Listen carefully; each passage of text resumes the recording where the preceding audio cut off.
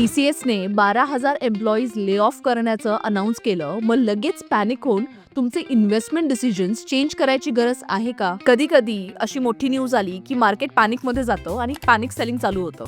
पण कुठलाही मोठा डिसिजन घेण्याआधी तुम्ही काही गोष्टी पडताळून पाहणं अत्यंत महत्त्वाचं आहे. काही इन्व्हेस्टर्सचा असा दृष्टिकोन असू शकतो की IT कंपनीज ले ऑफ करतायत म्हणजे यांच्याकडे नवीन प्रोजेक्ट्स नाही आहेत का, किंवा कंपनीची फायनान्शियल हेल्थच ढासळतीये का. असाही लोकांचा विचार आहे की AI आणि ऑटोमेशनमुळे या कंपनीज ले ऑफ करतायत का. या सगळ्या कारणांमुळे मार्केटमध्ये निगेटिव्ह सेंटिमेंट पसरलेला आहे.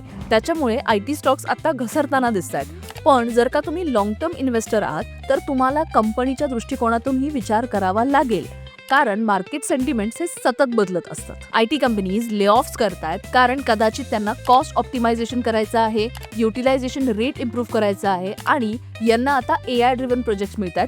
यासाठी यांना अपस्किल्ड एम्प्लॉईजची गरज आहे. यामुळे लॉंग टर्म इन्व्हेस्टमेंट्स करताना करंट मार्केट सेंटिमेंट्सवर नाही तर त्या सेक्टरचं कोर अनालिसिस करून आणि त्या सेक्टरचं किमान पुढच्या 5 वर्षांचं भविष्य काय असू शकतं याच्यावर करायला हवं. तर या रीलला तुमच्या फ्रेंड सोबत शेअर करायला विसरू नका आणि अशा इन्फॉर्मेटिव्ह कॉन्टेंटसाठी आम्हाला फॉलो करा.